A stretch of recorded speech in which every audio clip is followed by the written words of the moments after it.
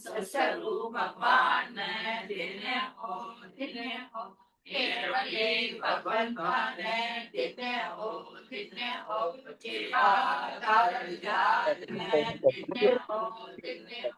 मोक्ष के मार्गान दिन हो अनंत कोटि संतान दिन हो राम राम राम राम राम राम राम सब संतान सब ज्ञान राम राम राम राम सबको राम राम राम राम राम राम सस्वरूप में केवल प्रणाम परम गति वैराग्यम परम भागम संतोषम परम धर्म पूर्णा तजे हम सोयोग्य नमो नमस्ते सस्वरूप केवल पद खंडाय नमस्ते नमस्कारम से गति ब्रह्मानंदम परम शुद्धम केवलम ज्ञान मूर्ति दंतातीतम गगन सदसम चतुर्था एकम नित्यम अचलम सर्व साक्षी भावातीतम निर्गुण चैतन्यम शासन तस्मै मंगलम गुरु शब्द मंगलम शब्दार शब्दादाच दयाल सतगुरुदेव रत्नवाणी काना द्वारा राम सतगुरुदेव के रत्नवाणी राम सतगुरु सतनाम में सूरत दृष्टि देव दृष्टि अनुभव करो श्रवण करो करुणो सतगुरुदेव हरिनाम नित पद संगत जीवन मत सब धरती कागज पर सब बन सात समुद्र सतगुरु या पंखो चलावे के ना भूल गई के बोरी का सतगुरु महाराज जय राम जी महाराज और शुरू में हाँ बस हे सतगुरु उतर जा राम जी महाराज हे राम हे राम हे राम हे राम रक्षा करो रक्षा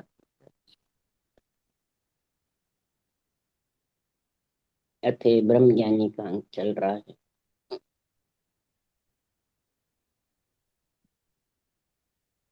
आज सदगुरुदेव से संतों से नर नारी पूछ रहे हैं, हे गुरु महाराज आत्मा ब्रह्म है, ब्रह्म से आती है ब्रह्म में चली जाती है, अविनाशी है, ब्रह्म है, परमात्मा का अंश है, तो ये सब में भूल है कि स्वर्ग और नरक कई बातें बताते हैं। तो नरक कौन देख के आया, स्वर्ग कौन देख के आया? आत्मा तो ब्रह्म है, ब्रह्म के बिना कुछ है नहीं। तो सदगुरु देव फरमाते हैं, और किसने जो मुख कहते हैं तो कौन देख करके आया, इसका मेरे को बखान करके बताओ। स्वर्ग का, नरक का और मोक्ष का ये निर्णय करके बताओ, ये है कहाँ पे? और जब आत्मा ब्रह्म है तो कुछ है ही नहीं भोगना भोगना भोगना है। भाई ब्रह्म है फिर क्या? मैं ब्रह्म हूँ, मैं ब्रह्म हूँ, मैं ब्रह्म हूँ। तब सदगुरु सुखराम जी महाराज कह रहे हैं कि स्वर्ग नरक कह नर कहाँ है, सोच बताओ मोही, के सुखराम भूल है सारी, ब्रह्म बिना नहीं कोई। सब में भूल है, ब्रह्म के बिना कुछ नहीं। अरे कहो जी नरक देख गुण आयो, स्वर्ग गम किम आने, के सुखराम मोह गुण दीटी, सो मुझ कहो बखानी। इसका बखान करके निर्णय करो कि कौन है। तब महाराज फरमाते हैं, आत्मा पुकार करती है परमात्मा से कि कै सुखराम सुनो हर दाता, ओ मन वो बस नाई, मैं तो शरण तुम्हारी आयो, प्रभु साई करो गुसाई। हे प्रभु इसकी सहाय करो। ये सब ऐसे कहते हैं तो मेरे को ये चिंता हो जाती है कि ब्रह्म होती हुई भी फिर ये जाके इतना कष्ट क्यों पाती है? हे परमात्मा, इसके मेरे को समझ कराओ। तब सुखराम जी महाराज कह रहे हैं कि ये प्राणी जब ये आकार में आ जाती है, तो आकार का जब सुख लेने लग जाती है, इंद्रियों के भोगों में पड़ जाती है, इच्छा के मुताबिक कार्य करने लग जाती है, तो ये आकार में रम जाती है, ब्रह्म होती हुई आकार में लीन हो जाती है तो निराकार, पर आकार का संग से आकार में लीन हो जाती है। तो आकारी को सेविया गर्भ ताप नहीं जाए, जन सुखिया निराकार रे छिन में देत मिटाए। निराकार के संग करेगी निराकार आत्मा, निराकार ब्रह्म परमात्मा का संग करेगी, अंश है ये। पर निराकार का इस पंच तत्व शरीर में होती हुई भी, रहती हुई भी, जब तक निराकार ब्रह्म परमात्मा का संग नहीं करेगी, तब तक सुखराम जी महाराज कह रहे हैं इस आकार में आना जाना पड़ेगा, गर्भ का ताप सहन करना पड़ेगा। जो गर्भ का ताप सहन कर रहे हैं, दुख है, वही नरक है। और देवता योनि में जावे सुख है, वही स्वर्ग है। तो ये तीन लोग 14 भवन में आत्मा कभी सुख में और कभी दुख में भौंती फिरती है, यही स्वर्ग और नरक है।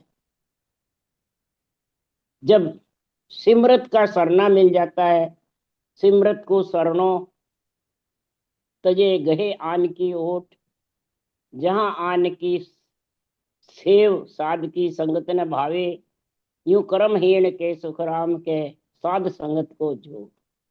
कर्महीन होता है, जो कर्म बंधन में तेज हो जाता है, बार बार गर्भ में आता है, मलमूत्र खाता है, तो उसके कर्मों का बंधन हो जाता है। और बंधन से ये सिमरत का समझते हुए भी, सरना लेकर भी, और आन की ओट लगाते हैं। आन की कौन सी? आकार की, रूप की ओट लेते हैं। और जहां आन की ओट लेता है, तो सुखराम जी महाराज कह रहे हैं वो आत्मा फिर त्रिगुण माय तिन में सबले जगत बंधाया, त्रिगुण में जगत बन जाता है, और त्रिगुण उसको बांध देती है। क्यों? त्रिगुण माय लेस नहीं आवे, ब्रह्म धाम कैसे गिर जावे। ब्रह्म होते हुए भी ब्रह्म धाम में जा नहीं सकते। क्यों? त्रिगुण में ये लेस भी वो ब्रह्म धाम पहुंच नहीं सकते। जब तक त्रिगुण से निर्गुण में समाएगी, निर्गुण केवल ब्रह्म परमात्मा के भक्ति करके, और निर्गुण में जब तक विधेय मंडल में नहीं समाएगी, विधेय मंडल में घर नहीं करेगी, तब तक सुखराम जी महाराज कह रहे त्रिगुण जाए गिगनगर किया, महासुन पर डेरा दिया। त्रिगुण से ही तू गिगन मंडल में जाके डेरा कर लेगी, तब तेरा ये दुख सुख मिटेगा। उसी को परम मोक्ष कहते हैं। अब तू कह रहा है किसने जाके देखा? तो कि आत्मा ही देखती है, दूसरा कौन देखता है? और तेरी आत्मा को तू ही नहीं देख सकता, तेरे अंदर आत्मा है, उसको तू भी नहीं देख सकता, और दूसरा भी नहीं देख सकता है। स्वर्ग भी आत्मा ही सुख पाएगी, नरक भी आत्मा ही दुख पाएगी, और परम मोक्ष भी आत्मा ही जाएगी। ये आत्म ज्ञान है, आत्म भक्ति है। जब तक इनमें नहीं समझेगा, आत्म हटके आत्म भटके, हट में जब तक बैठा रहेगा तो ये भटकती रहेगी। तो तू हट में है कि मैं ब्रह्म हूं, मैं ब्रह्म हूं, मैं ब्रह्म हूं। तो ब्रह्म हुआ किस दिन था, और ब्रह्म हुआ क्या हो? ब्रह्म किस दिन भी था और आज भी ब्रह्म है, पर ब्रह्म हुआ क्या हो? इससे क्या होगा ब्रह्म होने से? पहले भी था ब्रह्म, आज भी ब्रह्म है, और आगे भी ब्रह्म रहेगा, परंतु ब्रह्म तक तो आना जाना है। क्यों? कि ब्रह्म देश में जहाँ आत्मा का रहना है, वहां सुख भी नहीं है, दुख भी नहीं है। समझ गया? जब सुख नहीं है, दुख नहीं है, तो उसको आवड़ता नहीं है, और इच्छा शक्ति के साथ ये बिछड़ के आ जाती है। और आए बाद में महाराज फरमाते हैं कि मेरी तेरी राग द्वेष में फंस जाता है।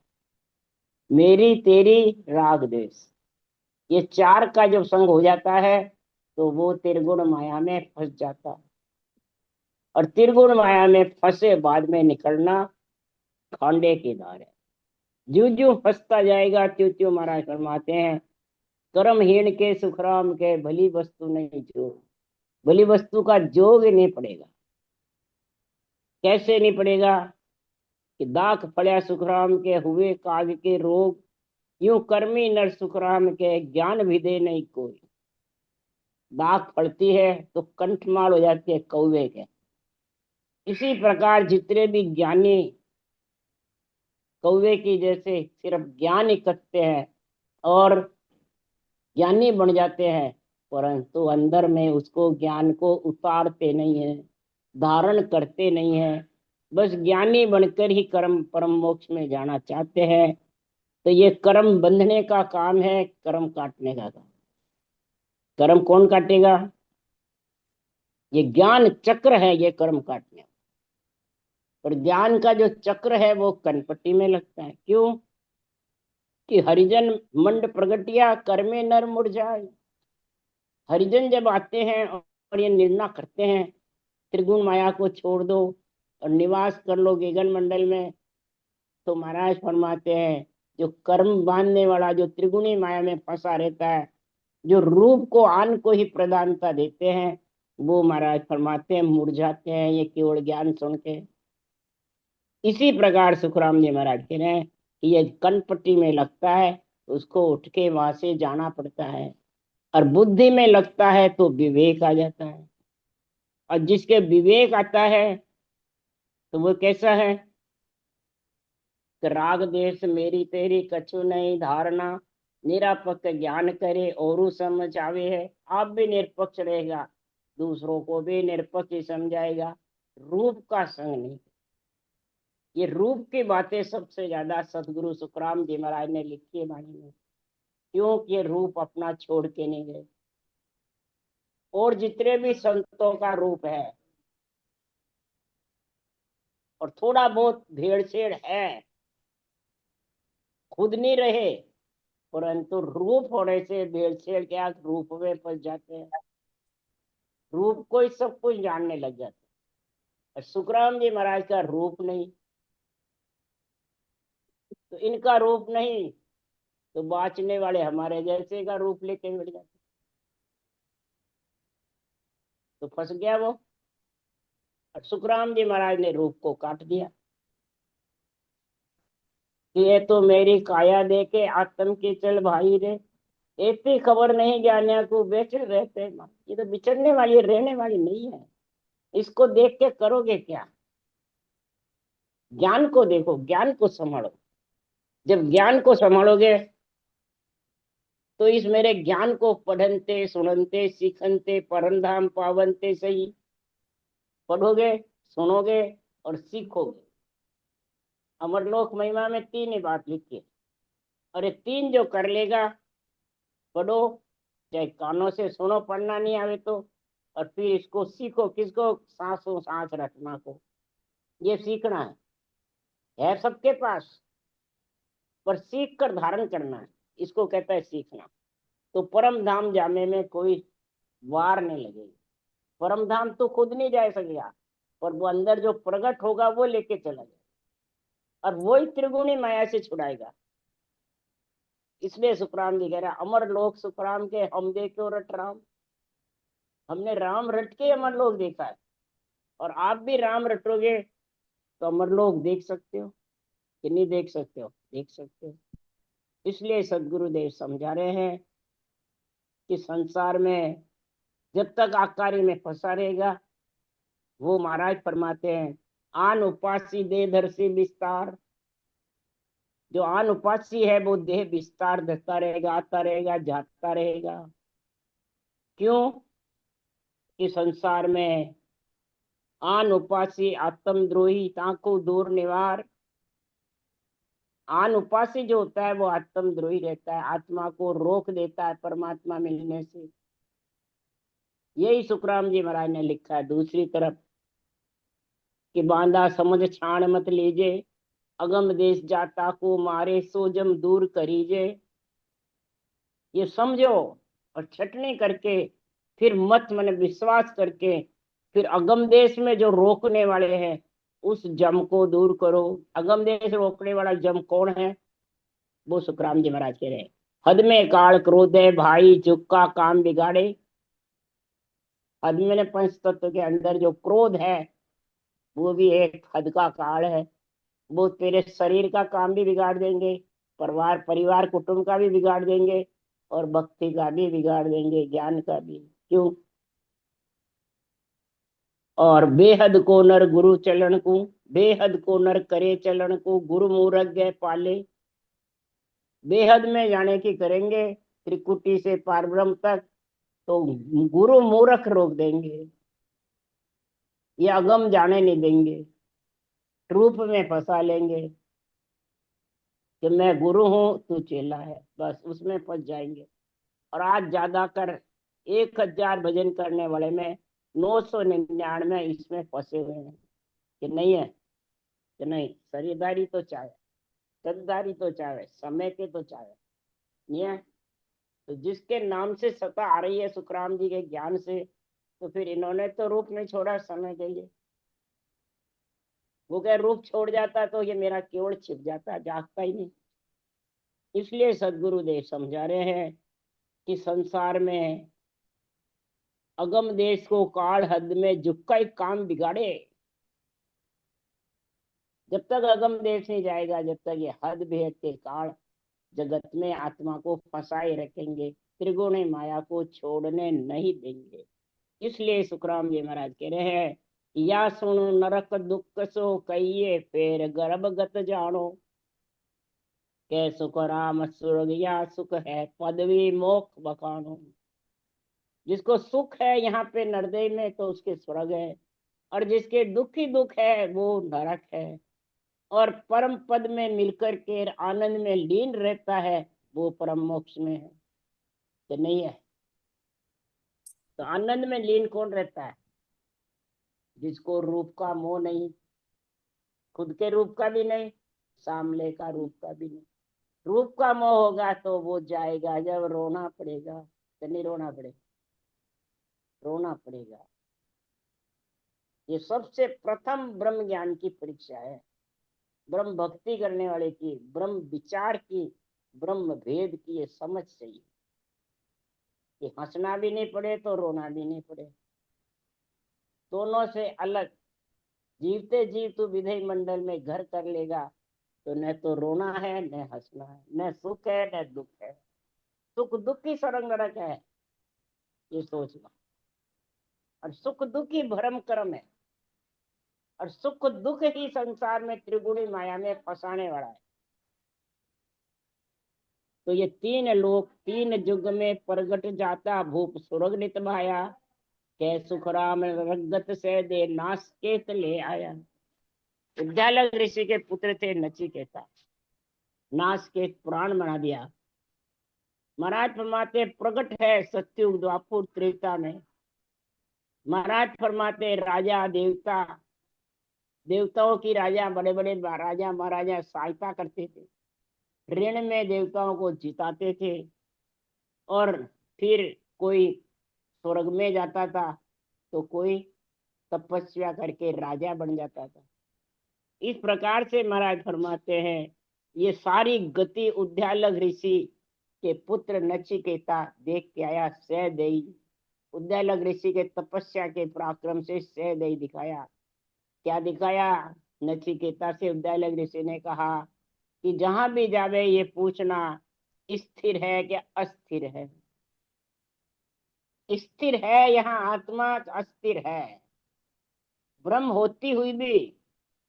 ये उदाहरण किसने दिया? सुखराम जी ने, समझाने के लिए। शिष्य पूछ रहा ना स्वर्ग नरक कौन है, ब्रह्म होती हुई भी कोई स्वर्ग है कोई नरक है। तो फिर उद्यालक ऋषि के नचिकेता को बेच के ये उदाहरण शास्त्रों का दिया सुखराम जी ने कि नचिकेता को कहा कि आत्मा स्थिर है कि अस्थिर है, पूछता रहना। तो 3 लोक 14 वन में सब जगह फिराया नचिकेता, सब जगह यही कहा आत्मा अस्थिर है, स्थिर नहीं है। मतलब यहाँ आई है तो यहाँ से जाना पड़ेगा, चाहे देवलोक हो चाहे त्रिगुणी माया में हो, चाहे जाचने काया में हो, चाहे भूत में अवगति में हो, चाहे महाराज परमात्मा ब्रह्म काया में हो, और चाहे देव काया में हो। हाँ, तीन ब्रह्म के देश में भी इच्छा शक्ति से आना ही पड़ेगा।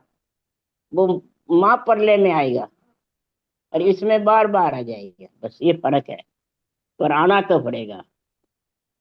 तो परम मोह खंड पिंड माही, साध संत गम जाने, कै सुखराम तीर्थंकर पोगा फेर गर्भ नहीं आने। ये नचिकेता का बताया अस्थिर है, स्थिर नहीं है ब्रह्म होती हुई भी।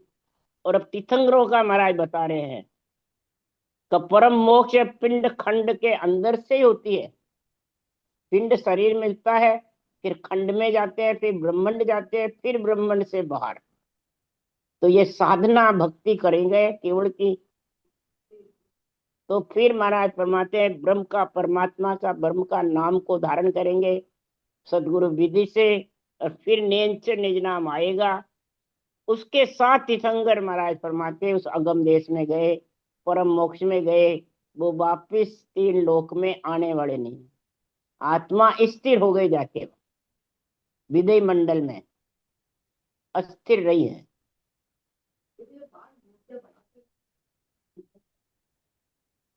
हाँ, ये मतलब नकल बना रखी है, परंतु इनके क्या वो कुछ चिन्ह लगा रखे हैं, ये खुद ही इन्होंने लगाए। मैंने तीर्थंकर तो कुछ छोड़ के गए नहीं, न ग्रंथ छोड़ के गए, न कुछ आप रूप छोड़े।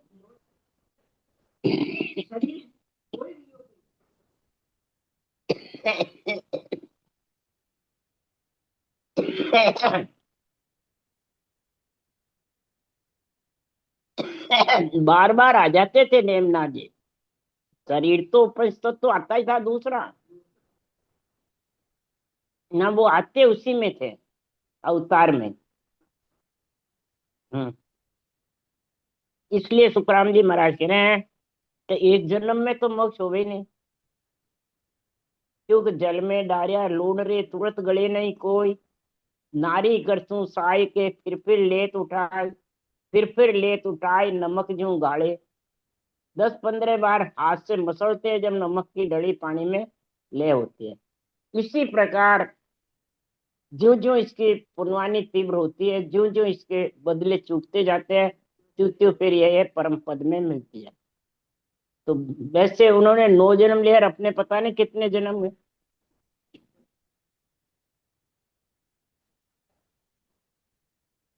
बस जिस दिन उसमें पहुंच गए तो समझ जाओ संसार में उनको सब यही दिखने लग जाएंगे, स्वर्ग नरक दुख सुख भरम करम, सब उस देश में पहुंचे बाद में। पर जब तक पहुंचेगा नहीं, इस ब्रह्म ज्ञान को समझेगा नहीं, केवल ज्ञान को, तब तक उसको कोई प्रकार का अंदेशा मिटने वाला नहीं। समझिए, इसके लिए तीर्थंकरों का वर्णन किया, नचिकेता का किया। अब महाराज फरमाते हैं कि सुरग नरक प्रगट जग माई, बिना ज्ञान नहीं जाने। सुरग नरक जगत में प्रगट है। कोई दुख पा रहा है तो उसको कहेंगे जो नरक, कर्म ऐसे ही के जो नरक भोगो। सुख पा रहा है तो भाई इसके कर्म अच्छे हैं जो ये सुख पा रहा है। नहीं है, कभी दुख सुख किसी के हाथ में है क्या?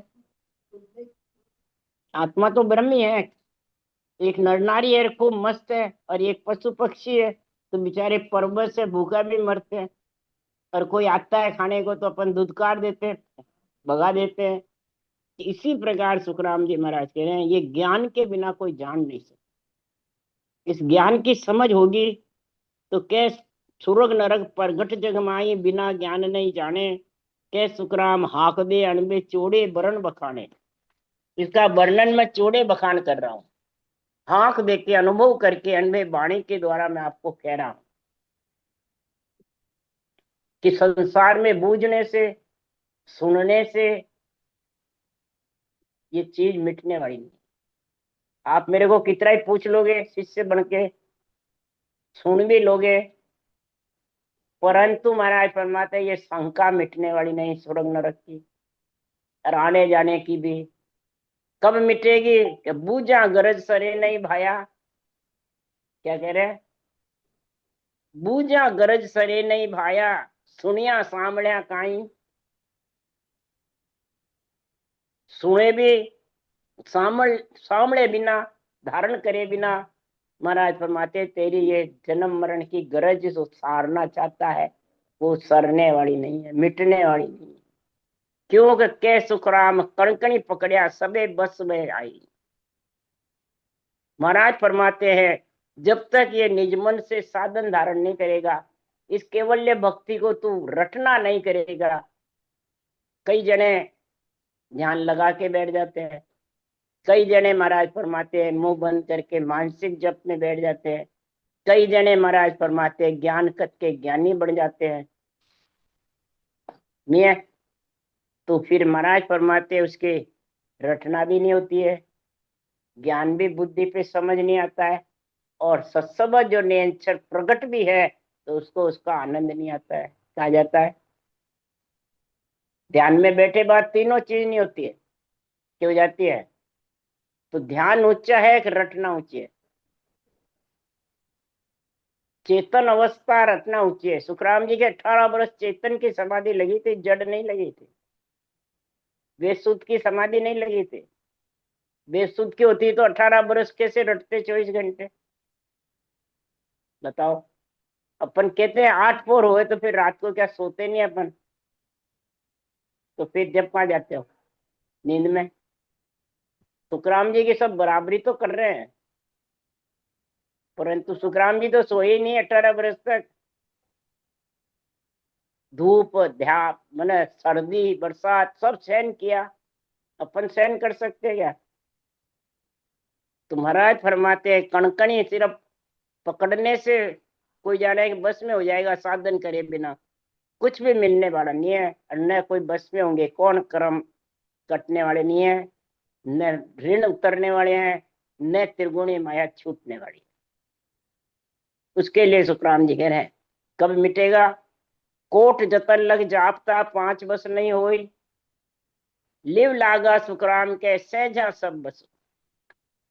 कोटान कोट तुम जतन कर ले, लाख तू प्रकार का जतन कर ले, इंद्रियों को कसौटी पे चढ़ा दे, घर भी छोड़ दे, भूखे भी मार ले, परंतु 5 विषय बस में होने वाले नहीं है। क्यों जाएंगे? आएगी। 5 विषय बस में करने के लिए लिवबंद भजन चाहिए, लिवबंद रटना चाहिए। और लिवबंद जो बिना करे हो रहा है वो है कि जो रटना करते हैं, जो बिना करे भी लिव मैंने लिव लागी टूटे नहीं, वो शब्द की आवाज बिना लिव के भी आवाज आती है, परंतु पहले लिवबंद सिमरन होगा, जब होगी जब पहले हो जाएगा। जब लिवबंद सिमरन बंद कर दिया तो सब क्या ऊंची ऊंची साख ले लेते हैं। तो सुखराम जी क्या बोले? मुख सिमरन पहुंचे नहीं, सांस आ सके न जाए, वह बारी सुखराम के को खोले आए। मुख सिमरन भी नहीं पहुंचे, सांस भी मानी जावे विधेय मंडल में, तो फिर उस बारी को कैसे खोलोगे? किसके जोर से खोलोगे? बताओ, किसके जोर से खोलोगे? रटना तो बंद हो गई, जब पहुंचा ही नहीं तो वो करने वाले करते ही नहीं है। इसलिए सुखराम जी महाराज कह रहे हैं कि 5 विषय बस में करना है। रटन फौज आगे धर दीजिए, पहला घाट भाजियों लीजिए। रटन फौज को आगे धर दे, तब ये तेरे पहला घाट पिंड, दूसरा घाट खंड और ब्रह्मंड तीनों जग छेदन होंगे, तब विदय मंडल आएगा, नहीं तो हरगिज जाने वाला। रटना कर सुखराम के सहजा वाबिद हो, रटना कर सहजा तेरे वो विधि हो जाएगी, उसमें कोई परेशानी आने वाले नहीं, तेरे को कोई जतन भी नहीं करना पड़ेगा। ये लिवबंद सिमरन ऐसा जबरदस्त है कि 8 पोर 64 घड़ी लिवजे झोल न खाए, तो सहजा सुखराम के 5 3 बस हुई, 5 3 बंद जाए। 8 पोर 64 घड़ी अगर ये रटना झोल नहीं खाएंगे, खावे तो उठे तो बैठे तो चाले तो फिरे तो, ये नहीं भाई बैठ के करे तो वो ध्यान समाधि में बैठ जाता है, और चलते फिरते पंचायती में रहता है या ज्ञान कथने में रह जाता है, तो फिर रटना कब करेगा भाई? सहजा बस में 5, 25, 3 गुण, 5 विषय, ये महाराज फरमाते हैं तेरे लिवबंध शिवरण में बंध जाएंगे। ये लिवबंध शिवरण से ही बनते हैं, 3 त्रिगुणी माया और 5 विषय। ये कैसे बनते हैं? तो 5 विषय बिखरते नहीं है, सातों सुर बहुते नहीं फिरते हैं, और 3 गुण मन रूप का मोह नहीं रहता। अब समझिए, 2 चीज नहीं रहेगी तो किससे नहीं रहेगी? लिवबंध शिवरण से। मुख सिमरण मत छोड़ जो 10वें द्वार लग कोई। उस देश में मिल गए अगम आवाज में, तो भी महाराज फरमाते मुख का सिमरण छोड़ना नहीं। जब शून्य समाधि होगी, घड़ी पल दो, घड़ी एक, तब महाराज फरमाते हैं कि ओम में सो समा जाता है, चंद्र सूर्य भय तटक जाते हैं, तब नहीं चलता है। और फिर वापिस घड़ी 2 घड़ी बाद में फिर चलने लगे। ये नहीं 1 घंटे 2 घंटे बैठा रहे, ये 2 घंटे 3 घंटे ध्यान में बैठे रहते हैं, वो सब सपन समाधि में, जड़ समाधि में, ध्यान समाधि में। तो 8 पोर 64 घड़ी लीवजे झोल न खाए। ये रटना झोल नहीं खाती है, बस करता रहता है, मुंह चलता रहता है, कंठ चलता रहता है, श्वासा चलते रहते हैं। तो 5 3 बंध जाए, और लिव बिन पकड़े ज्ञान सो 5 3 को कोई, 3 गुण को और 5 विषय को कोई पकड़ना चाहता है लिव रटना के बिना, हरगिज भी नहीं पकड़ सकता। बोले वो 24 घंटे ध्यान में बैठा रहे तो भी नहीं पकड़ सकता। वहां नर के सुखराम के पलक पोर बस हुई, जितने ध्यान में बैठा उतना बस हो सकता है, फिर वापिस खुल जाएंगे। उसके लिए सुखराम जी ने लिखा है, तो पवन चढ़ावे कष्ट सो पूरब खेचे सांस, जिनका अगर सुखराम के सन्मुख जमपुर वास। इसका क्या रहता है? श्वास आगे रहते हैं पूरब में कि पश्चिम में रहते हैं? आगे रहते हैं। ध्यान भी आगे रहता है।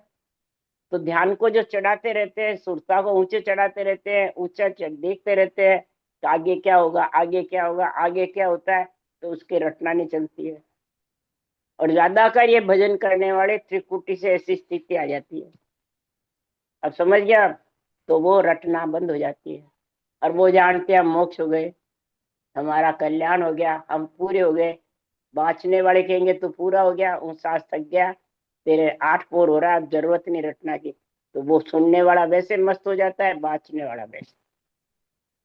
वो सांस सांस भजन करता है, शब्द आ जाता है, त्रिकुटी तक पर है, उसकी दौड़ है रटना के साथ में। अब पीछे वो ध्यान समाधि में आ जाता है, तो वो रटना बंद हो जाती है, और वो 3 गुण के साथ में 5 विषय में फंस जाता है, कि सही हो जाता है हर गिर। जब तक खंड ब्रह्मांड नहीं छेदन होगा, तब तक महाराज फरमाते सिर्फ पिंड पिंड हुआ छेदन। समझिए, खंड और ब्रह्मांड तीनों ब्रह्म के देश हैं, वो लांग नहीं सकेगा रटना बंद होने से। और लीव चलती रहेगी तो तीनों देश लांगड़े में वार नहीं लगेगी। उसके लिए सुखराम लिख रहे हैं, तो लीव सो आप पे बंद गया, 5 3 मिल 1, जे जर हुआ सुखराम के 8 पोर मद देख। लिवबंद भोजन होते ही 5 विषय 3 गुण और मन, मन तो पांगला हो जाएगा, 5 विषय सातों सुर ढीले पड़ जाएंगे, और 3 गुण का रूप का मोह नहीं रहेगा। ये तीनों चीज का ऐसा गुण हो जाएगा, तो महाराज फरमाते हैं वो विधेय मंडल में उसका आनंद लेती रहेगी आत्मा। आयुष क्रम में जितने आयु है जितने, और आयु खत्म हुई, आत्मा विधेय मंडल घर कर लिया, और देह कचरे में, लकड़ों में चली जाएगी। नहीं समझिए? इस तरह से इति श्री ब्रह्म ज्ञानी का अंग संपूर्ण। राम राम। बोलो राम सतगुरु जी महाराज ने धन्य, परम दयाल सतगुरु राम जी महाराज ने अनंत श्री सत्संग सतगुरु ये ज्ञान सत्सर भगवान केवली भगवंता ने सेवा तारण जान मोक्ष के मालिका ने धन्य, अनंत कोट संतान राम सभा से राम राम, सबने राम राम। राम राम राम, सबको राम। राम राम सा, राम राम सा, सबने राम राम राम राम।